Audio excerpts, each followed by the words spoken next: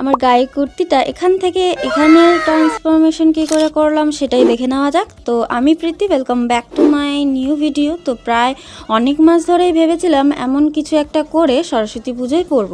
তবে একটা সত্যি কথা বলি, প্রথমে কিন্তু ভেবেছিলাম কোনো শাড়িতে কলকার কাজ করব বা আঁকবো, কিন্তু শাড়ির ব্যাপারটা সময় সাপেক্ষ এবং অনেকটা জায়গারও প্রয়োজন হয়। আর এদিকে করব করে সময়ের অভাবে শাড়িটা কিনে কাজ এগোইও নি।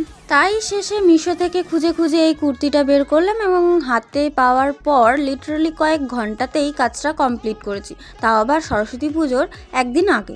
তবে কাজটা যখন করতে বসেছি তখনও আমার মাথা পুরো ব্ল্যাঙ্ক। যা কিছু ডিজাইন করেছি তৎক্ষণাৎ যা হাবজি গাবজি মাথায় এসেছে করে দিয়েছি। আচ্ছা, আর একটা কথা, শাড়িতে আঁকার ভূতটা মাথা থেকে তবুও কিন্তু নামলো না।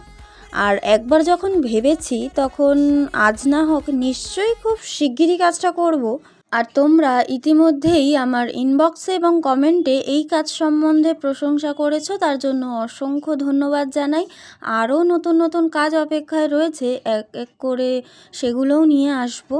আর যারা পেজে নতুন আছো তারা অবশ্যই পেজটা ফলো করে দিও, আর ভালো লাগলে লাইক কমেন্ট শেয়ার করে দিও। তো আজকের মতো ভিডিওটা এটুকুই, দেখা হবে পরে কোনো ভিডিওতে, বাই।